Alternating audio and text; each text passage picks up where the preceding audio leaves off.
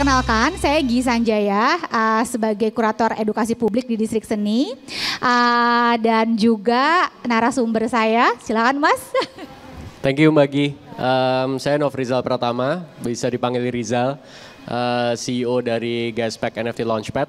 Kita sudah rasanya udah lama di Web3, padahal baru belum setahun karena di Web3 waktu berjalan jauh lebih cepat rasanya gitu ya.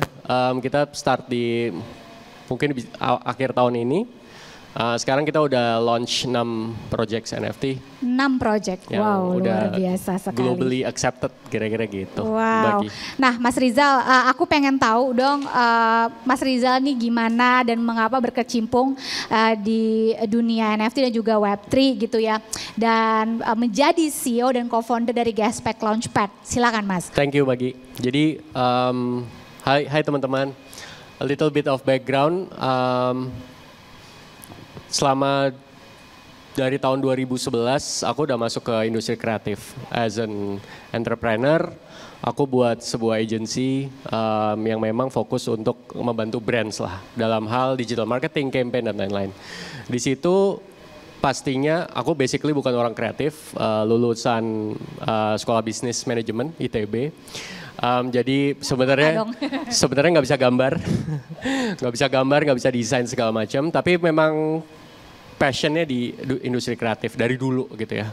Tapi memang sangat dekat, menurutku industri kreatif ini sangat dekat dengan industri digital. Jadi waktu selama 10 tahunan jalanin agency itu, banyak sekali berkecimpung dengan kreator-kreator. Mulai dari illustrator, animator, videographer, filmmaker, musician, banyak banget. Interdisipliner semua Interdisipliner. Dan saya dari dulu punya concern sebenarnya, punya semacam kayak kegelisahan lah gitu ya. Kreator Indonesia tuh jago-jago banget. Skill wise, apa yang mereka bisa produce, creativity. Saya lihat di hari ini aja nih, di sini aja area tuh. Distrik Seni ya? Iya, saya juga lagi buka sebuah instalasi di Art Jakarta. Wow. Ya kita lihat di mana ya? Ada NFT Mbak, nanti di dalam. Okay. Itu kita lagi bikin kayak gini nih, kolaborasi antara seniman NFT untuk bikin NFT langsung di situ. Oke, saya udah lihat juga. Interdepsi, ya. Itu ngelihat quality of the Indonesian creator, itu tuh kualitasnya sangat-sangat tinggi. Oke. Tapi masalahnya selalu sama, mereka tidak punya akses. Untuk menembus global market. Mereka nggak punya akses untuk bisa mendapatkan recognition yang sebaik itu. Banyak yang nanya, oh ngapain jadi seniman? Ya, cari duitnya dari mana? Karena memang kalau industrinya belum jadi, akhirnya mereka hanya ya dalam tanda kutip bergantung menjadi commission artist. Commission artist dibayar oleh brand atau orang untuk membuat sesuatu. Kadang-kadang karyanya bukan karya dia. Ya udahlah, yang penting gue bisa dapat. Ujung-ujungnya ada juga yang akhirnya nggak kuat, akhirnya kerja di bank, akhirnya kerja keluar dari jalurnya sebagai seniman. Karena nggak tough-nya itu ya. Iya, karena dan nggak ada tempat susah juga. sekali. Betul. Nah, concern itu tiba-tiba tahun 2020-2021 mulai saya naturally menggeluti kripto. Kok NFT ini menarik ya? Karena benar-benar bisa.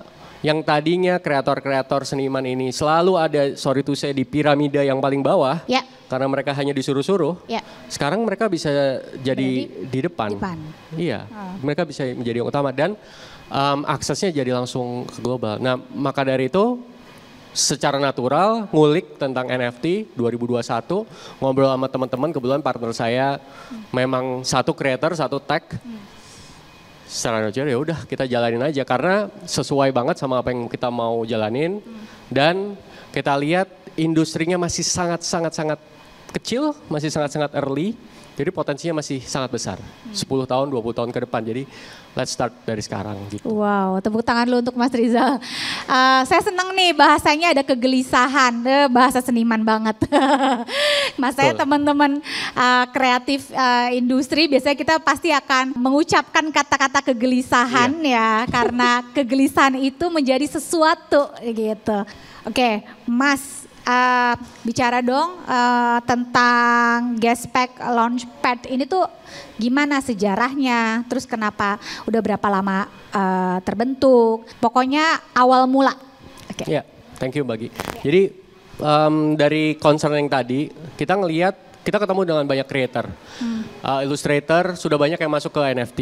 Mereka masuk melalui misalnya jaringan Tezos. Most of them itu mereka sendirian kerjanya, Mbak. Jadi mereka bikin sendiri karyanya, mereka upload sendiri, mereka marketingin sendiri dan lain sebagainya. Susah. Karena creator memang spesialisasinya adalah membuat sesuatu kan, berkarya. Betul, gitu ya. betul. Jadi kita melihat, mereka sangat butuh bantuan. Problemnya itu, mereka sangat butuh bantuan dan kita mencoba menjadi pihak yang membantu mereka, enabling mereka. Lah ya, iya, jatuhnya, oke. Untuk membantu mereka dari sisi apa? Dari sisi marketing, community, teknologi, dan juga dari sisi produksi NFT-nya itu sendiri. Itu yang kita coba jawab dan kita bertiga waktu itu pertama proyeknya tahun 2021 bulan September, Oktober itu Soul Cops namanya. Itu IP Indonesia. Terus bulan Desember tahun lalu, Mas. Tahun lalu 2021 artisnya namanya Debitea. Okay. Dia udah cukup launch beberapa karya lah di NFT, kita bantu, alhamdulillah tanpa promosi meledak luar biasa, sampai kolektor-kolektor dunia membeli proyeknya. Waktu itu ada 8.888 NFT. Kenapa 88 semua? Angka cantik aja. Oke. Habis dalam waktu nggak nyampe 24 jam. Dan yang beli benar-benar kayak Gary V gitu-gitu. Jadi kita lihat, ini nih ternyata kualitasnya kreator Indonesia bisa sampai sini. Asal memang dibungkus dengan baik.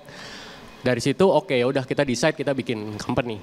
Jadi pertamanya sebenarnya agak project based, tapi dari situ kita lihat this is legit, banyak kreator yang bisa kita bantu, banyak kreator yang juga punya potensi gede. Di situ kita decide. Jadi the rest is history lah. Oke, berarti dari first time project itu akhirnya bikin research ya, kayak market analysis lah ya gitu. Baru akhirnya kalian membentuk Launchpad ini ya gitu. Oke. Iya, kenapa namanya Launchpad? Karena kita ngebantu kreator untuk launch kan. Launch di Web3 karena Web3 ini bisa dibilang cukup unik ya. Karena mungkin kalau teman-teman ada yang mainan Kaskus zaman dulu. Oh iya, zaman dulu banget. Atau mungkin kalau gamer suka main Discord. Jadi salah satu yang terberat di Web3 ini adalah membangun komunitas sebenarnya. Dan nggak mungkin kreatornya sendirian. Mungkin tapi sangat sangat berat untuk membangun komunitas, berkomunikasi dengan komunitas bisa jumlahnya bisa ribuan setiap hari itu hampir nggak mungkin. Jadi itu yang kita bantu juga untuk bangun dan maintain. Kira-kira gitu, Mbak. Oke. Nah, berarti apa nih yang menjadi daya tarik Indonesia untuk akhirnya membuat wadah seperti Launchpad ini? Kreator ekonomi tadi yang sempat disebut sama Bagi. Indonesia itu sekarang dari data yang kita punya peringkat ke-6 atau 7 dari survei orang-orang ketertarikan terhadap NFT. Di Southeast Asia kita selalu berada di top 3 setelah Thailand dan Vietnam. Dengan kondisi Indonesia biasanya adopsi teknologi paling lambat. Tapi somehow ketertarikan terhadap NFT tinggi. Tapi masih tertarik doang, belum tahu caranya gimana gitu. Itu yang kita coba educate lah. Karena potensinya gede banget. Dan kedua, creator ekonomi kita itu jeleknya tidak terdata. Kita tidak tahu berapa banyak animator, ilustrator, berapa banyak uang yang mereka hasilkan. Itu kita nggak pernah tahu, Mbak. Karena memang di sini industrinya aircraft tuh belum terdata dengan baik. Karena orang masih ngomong industri kreatif, salah satunya UMKM. Padahal UMKM itu skala bisnis. Bukan yang banyak. Bukan profesi bukan. Jadi itu nggak ke data. Padahal kalau kita lihat dengan kasat mata, setiap ada event seni, setiap ada event desain atau apa, itu peminatnya besar sekali. Betul. Dan pemainnya besar sekali. Nah, jadi kita lihat nih potensinya sangat besar. Dan sayang kalau Indonesia lagi cuma jadi konsumen. Betul. Kayak yang udah-udah misalnya di K-pop. atau whatever lah. Iya. K-drama, K-movies. Iya. Kita itu kan crowd-nya ngambil kita ya Mas ya. Betul, kita udah ketinggalan tuh. Iya, kita mau banget. menjadi produsen kayak mereka juga, kita butuh 30 tahun at least. Karena mereka ngebangun industri 30 tahun. Iya. Nah, mumpung belum ada pemain yang besar di NFT, kita rasa kita bisa masuk dulu nih. Kreator kita bisa going global dulu dan sudah terbukti. Dalam beberapa, at least tahun ini kita lihat beberapa proyek besar-besar dari Indonesia. Iya, setuju banget. Soalnya memang bener banget tadi Mas Rizal bilang, kebetulan saya juga kan kurator edukasi publik dan bergerak di dunia kesenian. Banyak banget yang belum menjembatani lah gitu. Karena kan memang konsennya ya sebagai kreator, ilustrator, seniman, itu kita udah fokus ke karya ya. Nggak fokus ke jualannya, mappinginnya kemana-kemana gitu. Jadi ya itulah butuh orang-orang seperti Mas Rizal ini yang membantu kami juga gitu untuk lebih grow up secara internasional gitu. Ketahuan deh Mas pertanyaannya. Saya contek. Oke, Mas, kalau menurut Mas dari perubahan gig ekonomi dan kreator ekonomi, sampai segimana sih untuk saat ini membantu kreator gitu? Apakah kayak bisa menjadi solusi gitu? Gede banget bagi yang paling gampang sekarang kita lihat kreator ekonomi mungkin dengan platform yang sekarang lagi digandrungi TikTok. Oh, oke, TikTok. Kita bahkan bisa bilang specifically TikTok ekonomi karena TikTok dan video sekian detiknya itu merubah behavior orang dalam menikmati sebuah konten. Yeah. Dan orang presenting konten juga. Dan Indonesia sudah pasti top 3, at least top 5 di dunia dalam pengguna TikTok. Konsumsi dan kreatornya itu sendiri. Tapi kalau kita lihat-lihat selalu dari sudut pandang misalnya penggunaan TikTok aja ya.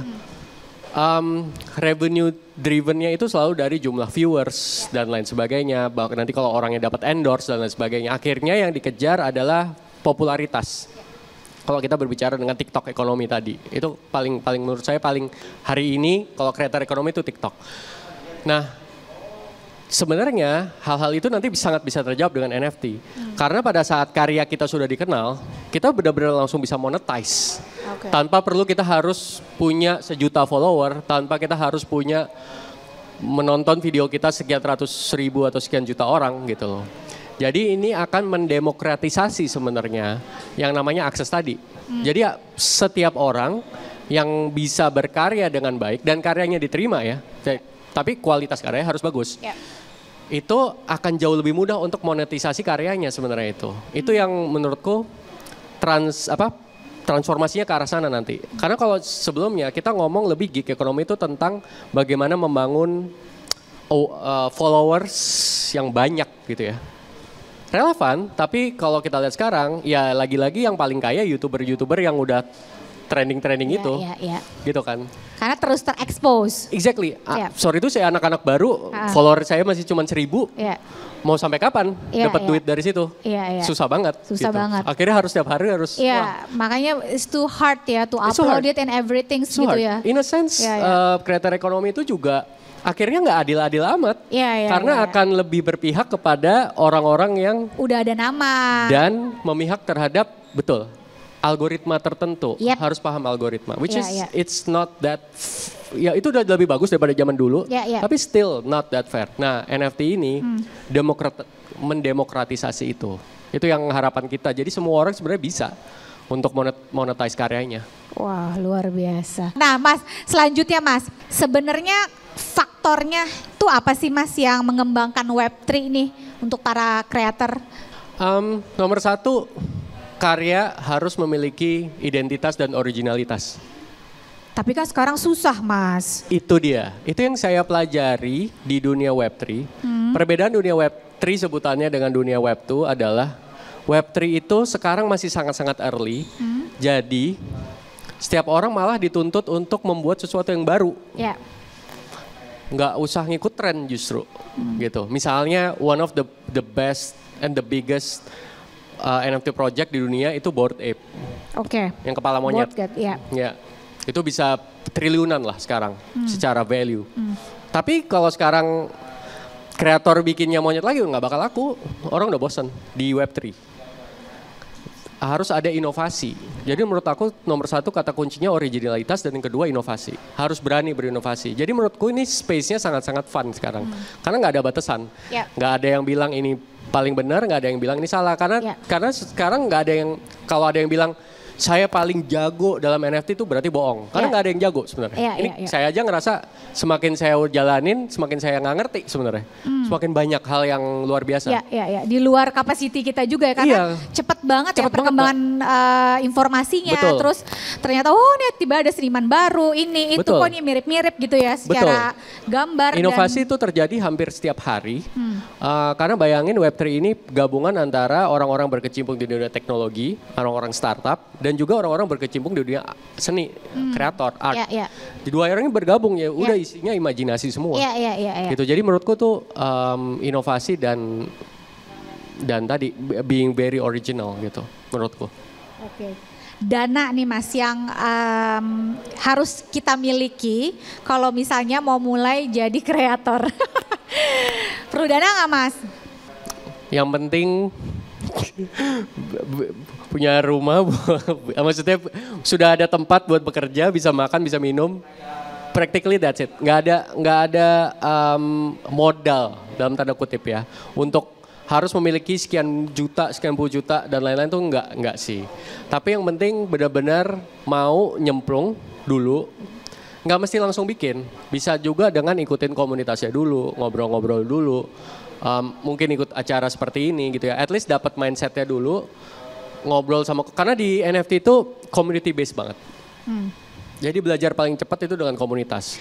Tapi kalau misalnya kita nggak trust sama komunitasnya, bagaimana supaya kita trust dengan komunitas tersebut? Jujur, itu memang part of the learning curve. Kalau saya boleh ini ya, karena banyak yang bilang NFT itu scam. In real life, tiap hari kita juga masih dapat SMS scam kan?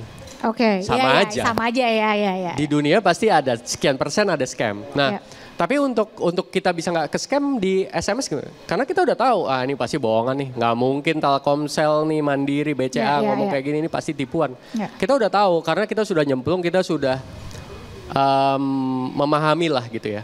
Sementara kalau di Web3, sama, harus paham dulu, harus nyemplung dulu, memahami dulu. Jadi akan dapat nanti community atau bisa dibilang orang-orang yang memang nanti akan support terhadap apapun yang mau kita buat. Akhirnya ya learning by doing juga ya harusnya ya, dan harus.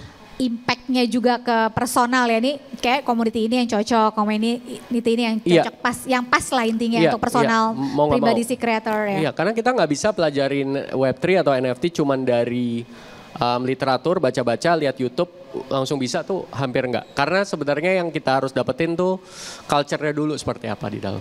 Nah kalau misalnya kalau kita mau memutuskan jadi seorang kreator, yang perlu dipertimbangkan itu apa? Yang urgency? Yang paling urgent adalah the ability to learn menurutku. Kemauan dan kemampuan untuk belajar menurutku. Itu nomor satu. Kita harus berani untuk membuang yang tidak relevan. Kadang-kadang kita ngerasa kita udah tahu banyak ya. Saya udah as an entrepreneur already almost 13-14 years doing in a business lama side. Juga. I thought I know almost everything about business, especially creative business and digital business. But in reality kayak ternyata ilmu saya cuma kepake mungkin 10-20% di sini. Sisanya harus belajar dari nol lagi, which ternyata nggak apa-apa. Jadi memang harus mau dan ya udah ini yang mungkin yang saya tahu kemarin nggak relevan ya sudah. Karena memang itu yang kadang-kadang suka mengagetkan. Oh ternyata di sini gini ya gitu. Oh ternyata di sini nggak relevan ya. Oh ternyata di sini berbeda ya. Harus mau dulu. Apalagi mungkin yang belum punya pengalaman kerja sebelumnya. Itu menurut aku jauh lebih gampang. Jadi masuk aja full Web3. You totally understand the game itu seperti apa. Akhirnya udah dapat culture-nya. Karena di Web3 itu benar-benar bisa jadi apa aja. Mau jadi moderator Discord bisa. Mau jadi admin Twitter bisa. Mau jadi kreatornya boleh. Mau jadi tech-nya yang bikin smart contract dan lain-lain bisa. Mau jaga Discord bisa. Mau jadi copywriter bisa. Bahkan kadang-kadang ada orang yang dia bisa pegang community tapi dia juga bisa copywriting, dia bisa apa, jadi kayak multitasking juga ya. Dia, multidimension juga ya. Karena memang yang tadi aku bilang culture-nya itu yang harus didapetin dulu dan benar-benar harus kayak ya udah nggak apa-apa, semua orang di sini masih dalam tanda kutip masih bodoh. Yeah. It's okay, learn together aja gitu. Oke. Menurut aku itu salah satu-satunya saran dan modal. Mas, nah kalau ini kan kita ya, karena ini kan dunia NFT masih baru ya, belum 2 tahun ya, baru 2 tahunan lah ya. Nah menentukan blockchain yang tepat untuk sesuai dengan kebutuhan, tipsnya gimana tuh Mas Ijal? Sekarang tuh ada beberapa chain yang paling sering dipakai untuk NFT ya. Yeah. Nomor 1 pasti Ethereum. Ethereum itu yang the most yang paling mature secara sistem, kreatornya paling besar, transaksinya paling besar, tapi harganya juga rata-rata paling mahal. Yeah. Karena satu Ethereum tuh sekarang harganya, Ethereum lagi turun ya, harganya sekitar 25 juta kalau nggak salah, satu Ethereum. Tapi karya-karya yang dijual di situ berkisar 1 juta, 2 juta, sampai 5 juta rupiah. Oke. On average, karya baru. Itu biasanya di Ethereum, kita sudah harus benar-benar punya nama biasanya. Punya orang yang bantuin, kayak punya udah sama launchpad atau enggak at least sudah punya tim. Karena di situ jauh lebih ibaratnya karena harganya lebih mahal, jadi projectnya juga harus semakin bagus. Yang kedua mungkin yang agak terkenal juga Tezos, itu cocok buat yang artis, illustrator, animator baru yang mau coba di situ karena harganya bisa dijual sekitar ada yang cuma 30 ribuan, 100 ribuan per NFT gitu ya. Marketnya jauh lebih art based dan lebih segmented di Tezos. Yang terakhir mungkin terkenal juga Solana. Solana. Atau Sol itu mirip kayak Ethereum, cuman dengan segala macam jauh lebih casual, lebih murah. Itu juga mungkin berapa tuh, bisa Mas? juga. Satu Solana tuh sekitar lupa ya berapa ya, Mas Raya, 500 ribu. 500 ribu ya satu Solana ya. Masih oke lah ya buat dan satu karya di situ ya kisaran ratusan ribuan. Jadi dan di situ sudah banyak proyek-proyek yang bagus juga. Saya lihat Solana juga banyak support untuk kreator Indonesia. Tezos juga banyak support kreator Indonesia sih. Jadi mungkin kalau mau mulai di awal masuk situ dulu nggak apa-apa. Berarti dengan modal ya sebenarnya mungkin bisa untuk bayar fee lalala segala macam. Ya kalau mau coba beli dulu bisa buka Solana atau buka Tezos tuh harganya nggak mahal sih. Untuk at least mendapatkan feeling, mendapatkan NFT itu gimana sih gitu. Belajar dulu lah ya. Jadi tahu ya. Nah, menurutku harus itu dulu sih. Selanjutnya nih Mas, pilar nih. Jadi ada pilar apa yang dibutuhkan untuk membuat sebuah NFT project supaya bisa sukses gitu. Jadi mungkin Mas Ijal bisa nggak kayak informasikannya kayak breakdownnya, elaborate-nya gitu. Antar pilarnya tuh gimana gitu. Pertama yang kita launching JPEG People itu 8.888, kita jual per collection itu sekitar 2 juta rupiah. Jadi waktu itu hampir 20 M total penjualan NFT itu. Pertama kali? Ya bayangin kreatornya dapat berapa ya? Masih juga dapat berapa? Banyak dong. Bayangin kreatornya dapat berapa? Itu yang sangat dibutuhkan pilarnya adalah inovasi waktu itu. Jadi itu salah satu kata kunci. Jadi kalau lihat namanya JPEG People atau yang dibikin Debbie Tehani namanya JPEG People. Inovasinya adalah karya yang dibuat itu kolaboratif dengan pembelinya. Jadi pembelinya misalnya ngetik sesuatu, I love you gitu ya, nanti keluar gambarnya bentuknya I love you. Jadi kita pakai AI di situ. Jadi pilar itu yang kita lihat inovasi. Terus yang kedua pilar community. Ini yang kita jalanin mungkin tahu si Juki. Ya, project kita juga kemarin kita keluarin Juki First. Juki First sudah lama di Indonesia, mungkin 10-11 tahun. Sebagai sebuah IP sudah cukup terkenal, sudah memiliki fans. Dia jualan komik, dia jualan dia juga ada series di Disney Plus, dia ada film layar lebar dan lain sebagainya. Masuk ke Web3 dengan pengen untuk going global market. IP-nya mau dibawa ke global market through Web3. Sekarang kolektornya 40%-an dari US. Jadi yang ini bayanginnya IP-nya sangat Indonesia, namanya juga Juki gitu kan. Betawi banget gitu dibawa ke US base dan kemarin bikin semacam exhibition di New York. Ya. Kuncinya yang kedua community berarti yang kalau kita lihat. Jadi pilar pertama inovasi, kedua community. Bagaimana membangun komunitas dan membuat komunitasnya merasa bersama-sama di dalam proyeknya untuk ada journey melakukan sesuatu. Jadi kreator ini harus mau dekat dengan komunitasnya nanti, ngobrol, ngasih tahu kenapa gitu ya. Itu dua. Yang ketiga sebenarnya harus memiliki long term plan juga. Mau ngapain? Bikin ini tuh buat apa? Menjawab jadi tetap apa? harus ada strategi plannya dong ya Mas ya. Kayak bisnis aja udah ya gitu. Betul. Jadi hampir sangat mirip sebenarnya dengan bikin startup. Jadi nggak cuman kayak cumannya bukan cuman menggampangkan tapi gambar, minting, dijual udah. Ya. Tapi bikin apa? Kenapa saya harus jualan ini? Oh saya membuat apa? Misalnya Jukiver ke depannya mau ngegedein IP-nya. Ya. JPEG People mau jadi brand. Kita kemarin ada Easy Demons Club, dia mau jadi streetwear brand. Dia mau bawa itu ke sana. Jadi harus ada why-nya. Why-nya itu harus bisa dijalanin juga. Ya benar-benar kayak bikin startup bagi. Gila ya, berarti ya sebenarnya walaupun dari awal kita ikut dulu secara community, lebih deep dulu, ini trash of the community first gitu ya, jadi kreator tapi juga bikin strategi plan gitu ya, untuk juga supaya kita tetap bisa kejual dan juga eksis di dunia Web3 dan NFT ini ya gitu ya. Mas, 3 faktor untuk menentukan kesuksesan dalam proyek NFT menurut Mas Rizal apa?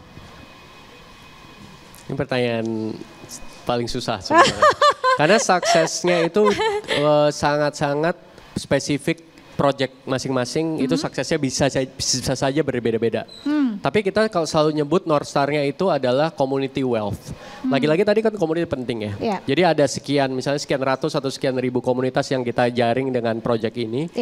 Apakah mereka sejahtera dengan project ini gitu? Itu yang kita lihat nomor 1. Jadi kesejahteraan komunitas itu menurutku nomor 1. 2, suksesnya itu apakah problem yang mau dijawab sudah terjawab? Misalnya kita lagi ngobrol sama Mas Raya mau bikin NFT untuk edukasi.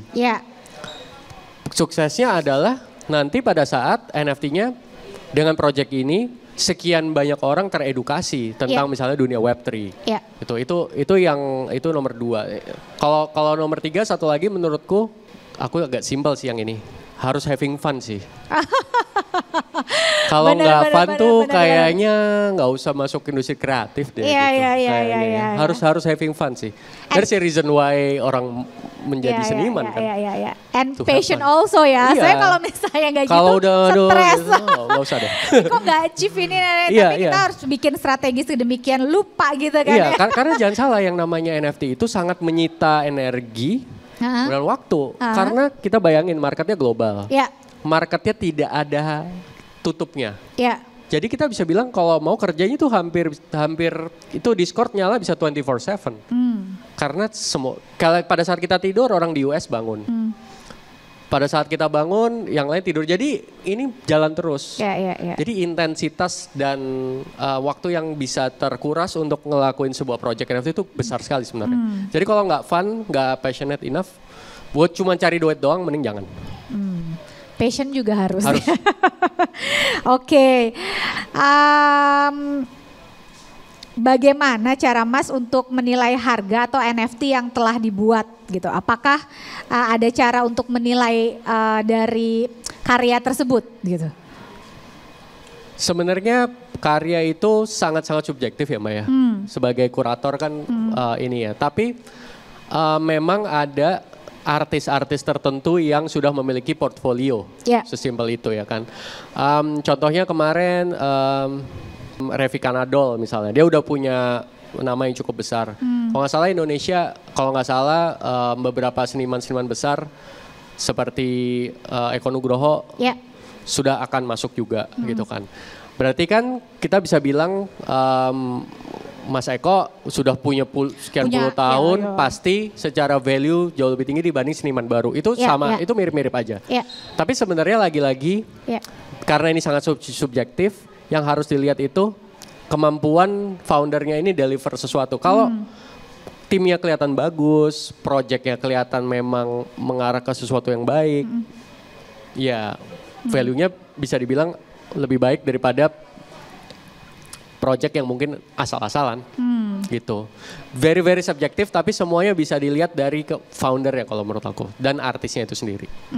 Tapi sebenarnya kalau buat artis baru masih tetap bisa dong ya Mas ya diolah gitu loh kan. Bisa. Dibikinin strategi plan gitu kan ya. Bisa. Bisa banget kan ya Bisa. gitu. Tapi mungkin harus ada strateginya juga mungkin dari seniman yang lama ya memang dia sudah punya pop up nama di dunia industri seni gitu ya. Bisa, betul. Halo, ya selamat sore. Selamat sore. Terima kasih penjelasannya dari Mas Nofrizal Pratama. Cukup meneraskan sekali sih bagi saya yang bekerja di industri kreatif. Sebetulnya saya sejauh ini bekerja di industri kreatif, saya cukup mendengar sih dengan keberadaan NFT dan Web3 ini. Tapi selama pendengaran saya itu belum sampai sempat tertarik. Jadi mungkin di sini saya ingin menanyakan terkait apa sih yang paling memiliki potensi dari keberadaan NFT jika dibandingkan dengan pameran fisik gitu. Kemudian satu lagi, karena industri NFT dan Web3 ini cukup baru ya, apakah industri ini akan bertahan dengan lama atau tidak? Dengan apa mungkin kita bisa meyakinkan industri tersebut gitu?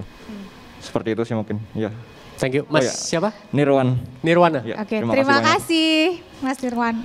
Oke, pertanyaan pertama. Kreator muda nih Mas berarti nih banyak. Iya, tadi pertanyaan pertama adalah yang paling potensial dari industri kreatif digital NFT ini dibandingkan dengan pameran fisik gitu. Sangat potensialnya nomor satu karena mediumnya adalah medium digital. Jadi sebenarnya less production cost sebenarnya itu. Kalau kita bikin pameran fisikal pasti butuh production cost, betul ya Mbak? Ya. Untuk membuat sebuah lukisan dan misalnya either itu seni rupa, apakah kriya yang lain butuh production cost. Karena ini digital base, jadi sebenarnya itu lebih kecil. Yang kedua, karena ini digital base dan ini di store di blockchain, karyanya nggak bisa hilang. Selamanya akan tersimpan di blockchain. Jadi misalnya Mas Nirwan yang punya, Mas Nirwan bikin sebuah lukisan namanya gerobak gitu ya. Ini gerobak by Mas Nirwan ini selamanya akan ada di blockchain. Nggak bakal bisa diduplikasi. Jadi kita menjawab masalah copyright di sini. Nggak bisa diduplikasi, nggak bisa plagiarisme. Gampang sekali di track untuk kalau ada plagiarisme di situ.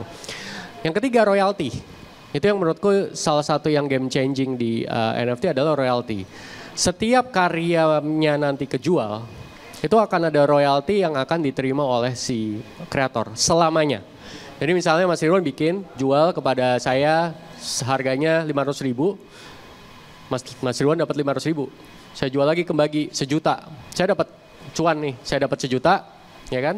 Mas Nirwan dapat lagi nih royalty sekian persen. Nanti Mbak Gi jual lagi 2 juta. Dapat lagi, terus selama karya itu terus-menerus ditransaksikan, royaltinya akan terus ke tangan kreator. Jadi kreator sekarang fokusnya bisa benar-benar fokus kepada karyanya dan terus mengeluarkan karya. Yang akhirnya orang makin tahu, oh ini Nirwan nih. Karyanya akan jalan terus kan. Seperti halnya misalnya siapa Muklai lah, si Muklai zaman sekarang ya dia harus terus berkarya supaya dia namanya tetap relevan pada saat dia pameran, pada saat dia apa, orang tahu oh ini Muklai, lukisannya masih ada, oh gue punya lukisannya dia tahun 2010. NFT juga ada gitu ya. Nah itu kan jadinya jauh lebih gampang untuk terus menerus mendapatkan pemasukan sebenarnya dari situ. Jadi kalau menurut aku game changingnya di situ dibanding fisikal. Bukan berarti ini akan menggantikan digital, fisikal nggak sama sekali. Tapi ini akan menjadi pelengkap sebenarnya, yang akan sangat jauh lebih relevan apalagi di masa sekarang. Jadi mungkin istilahnya main di dua kaki kali ya. Kita kalau misalnya berbisnis bisnis A, bisnis B ya, mungkin di dunia seni juga mainnya di dua kaki, baik offline maupun online gitu kali ya Mas Rizal ya. Betul. Oke. Tadi pertanyaan kedua juga udah terjawab kan ya? Belum ya? Pertanyaan kedua adalah, lupa lagi.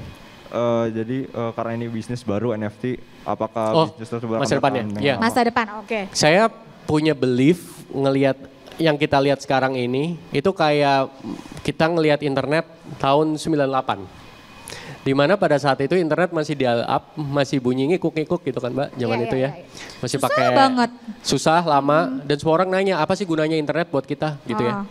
Internet masih sangat dibahas di ranah yang seakan-akan ini sesuatu yang nice to have, bukan sesuatu yang akan berguna setiap hari buat diri kita. Fast forward 20 tahun kemudian, semua orang nggak bisa nggak pakai internet. Sekarang Betul. nggak pakai internet sih udah most likely kita udah nggak bisa ngapa-ngapain. Betul. Mau makan aja nggak bisa pesan GoFood misalnya gitu. Ya. Jadi sekarang internet udah nggak kita bicarakan lagi, betul Ya, nggak? betul Kita udah nggak banget, bicara betul internet karena sudah kita pakai sehari-hari. Nah sama dengan NFT. NFT ini masih sangat panjang. Sekarang ini masih kayak banyak inovasi, banyak eksperimentasi sebenarnya. Ini masa-masa eksperimen. Jadi kita baru ngelihat orang-orang make NFT itu mungkin baru 2-3 tahun lagi. Ini market sekarang namanya lagi bear market ya. Jadi teman-teman kalau punya kripto harganya lagi jatuh itu wajar banget. Ini bull bear gitu ya.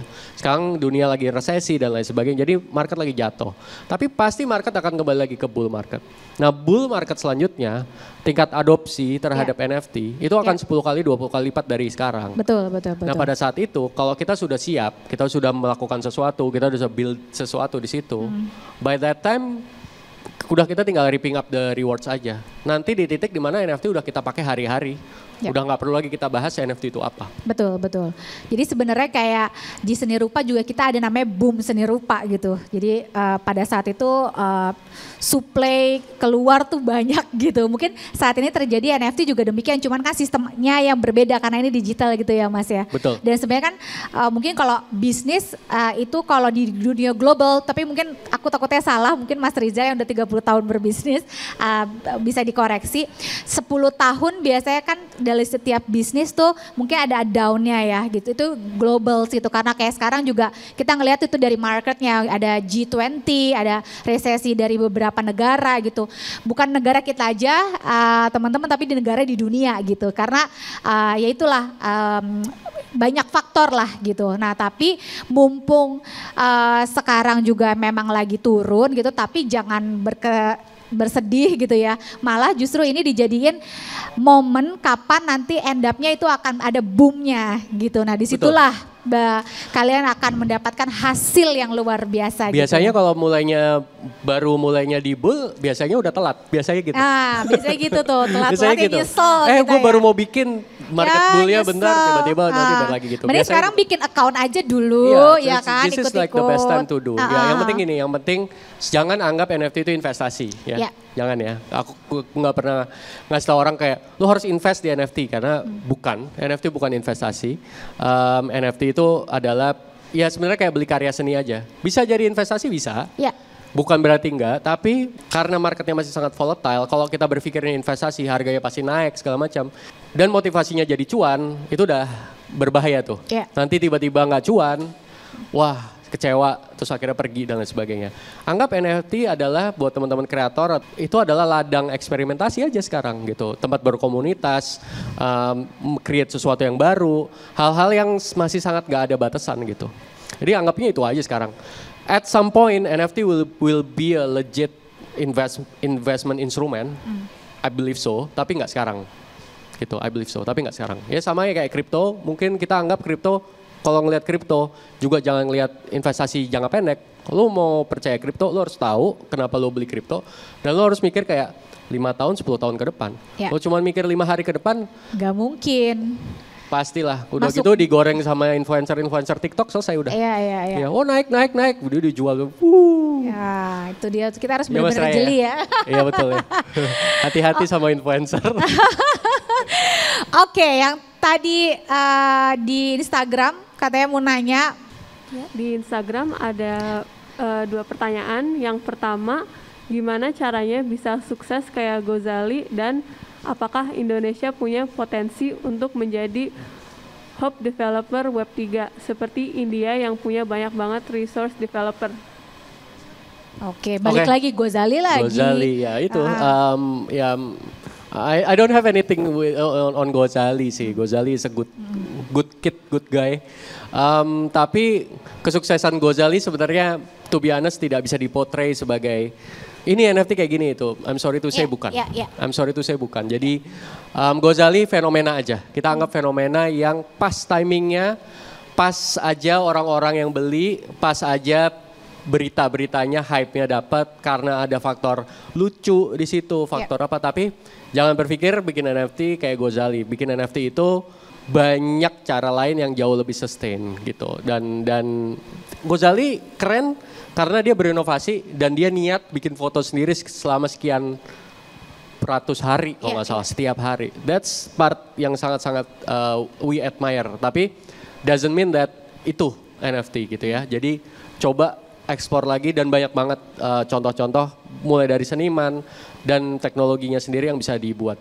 Kalau yang kedua ngomongin tentang Indonesia punya potensi top developer, jawabannya sangat iya, resounding yes. Kenapa? Karena di sini ladang Indonesia tuh ladang kreator dan talent dari sisi teknologi sebenarnya.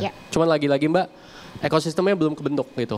Itu yang kita lagi coba apa ya ibaratnya kita coba jawab. Kita coba bangun ekosistemnya supaya tadi deh teman-teman di sini saya nggak bisa coding, tapi saya suka aja nih. Ya udah, lo bisa apa? Bisa chatting nggak di Discord? Ya udah, mulai aja masuk aja. Jadi moderator Discord dulu gitu.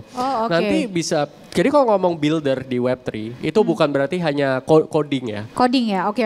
Tapi bisa any kind of job yang bersifat membuat sesuatu di situ. Jadi itu benar-benar bisa macam-macam banget. Ada yang kerjanya cuma bikin game. Game itu bahkan cuma bikin karaoke night di Discord dah gitu. Jadi benar-benar apapun talenta yang kalian punya, kalian bisa lakukan. Nah, jadi potensinya Indonesia sangat besar. Karena saya sendiri potensi teknikal di kita tuh gede banget. Jadi jawabannya iya. Yang kedua. Oke, good. Tepuk tangan dulu buat kita semuanya. Nama saya Adelina.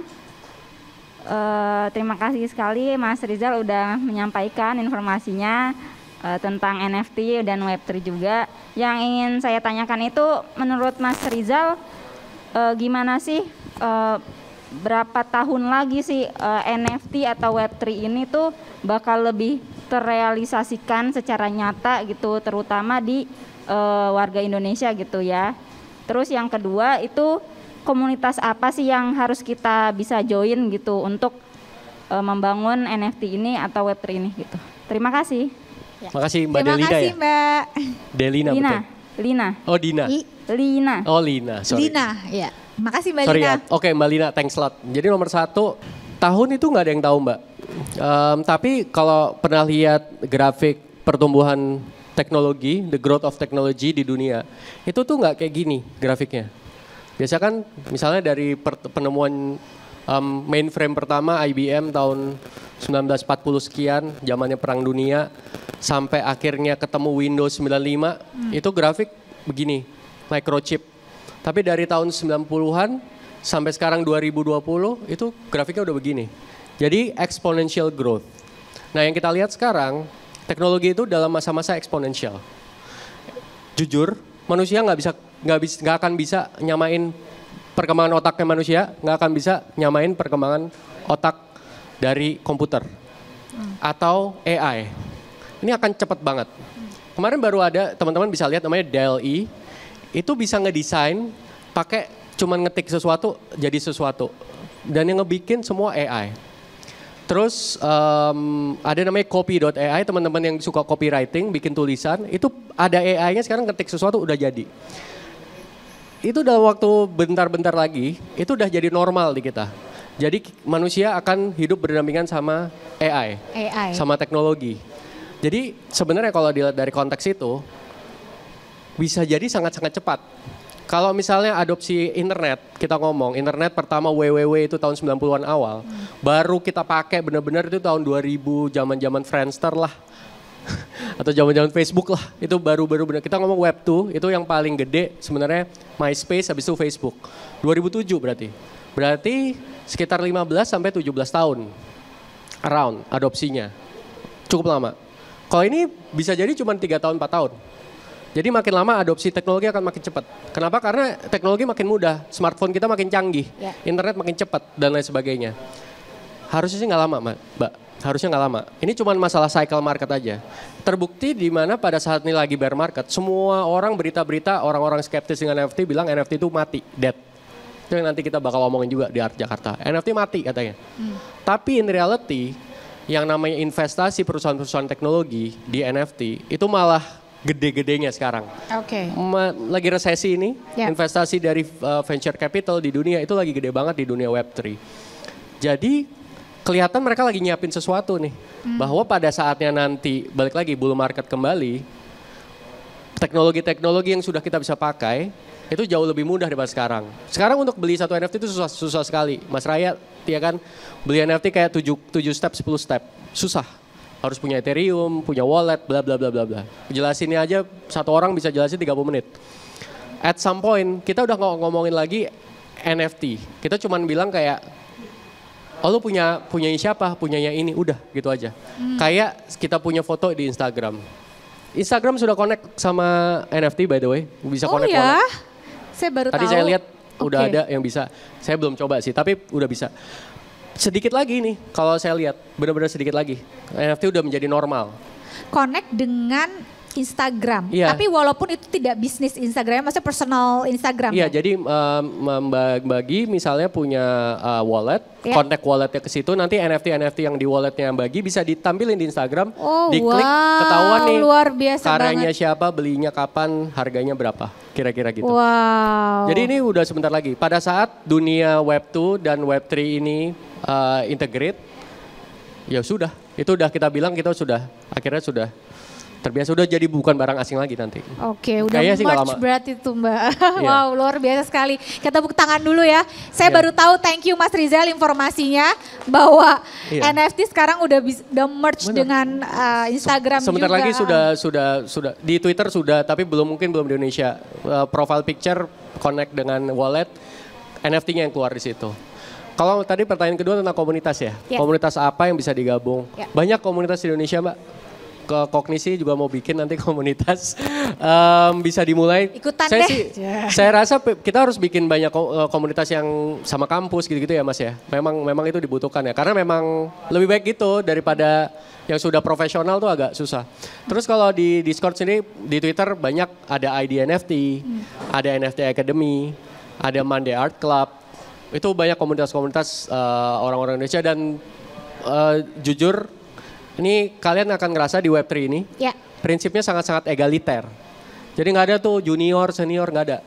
Ya udah semua sama aja, semua baru gak. Wah gue udah di sini udah 3 tahun, gue di sini udah jago, nggak ada kayak gitu. Jadi karena egalitarian itu, karena Web3 sifatnya desentralisasi kan. Ya. Artinya ya semua orang sama aja. Kalau mau belajar ya belajar aja. Udah, yang penting lu kontribusi apa nih, lu bikin apa gitu. Jadi join aja, kalau ada follow mulai dari Twitter dulu, join, mau masuk Discord, ngobrol-ngobrol. Acara-acara kayak gini ikutan, nanti makin lama in no time udah langsung Ngerti lah ya. Dan mungkin teman-teman di sini yang belum ngerti atau pengen cari tahu, bisa cek juga Instagramnya Launchpad di mana Mas? @gaspec.xyz. Di situ ada sedikit edukasi lah. Nanti kita juga pengen bikin podcast gitu-gitulah, ngajak partner dulu tapi. Jadi kita memang tujuannya pengen edukasi sih Mbak. Karena yang sekarang tuh dibutuhkan kayak edukasi. Jadi orang tahu tuh NFT itu bukan masalah cuman cuan-cuan gitu loh. Jadi itu yang pengen kita buat. Jadi mulai aja @gaspec.xyz kalau nggak salah. Terus Twitternya juga ada. Sama. Jadi teman-teman yang mau tahu banget gitu ya dan juga pengen belajar, nanti mungkin nextnya ada podcast online dan lain sebagainya ya gitu. Key message terakhir nih untuk Indonesia kah atau tagline-nya Mas Rizal atau tagline-nya Launchpad atau gimana yang memang bisa menyemangati kita semua. Silakan Mas. Ini kita percaya ini salah satu disrupsi terbesar di area kreatif setelah Renaissance.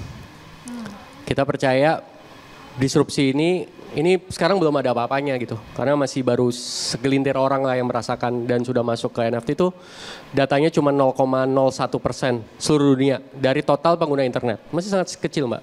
Dari 0,01% ke 1% itu 100 kali lipat. Ya.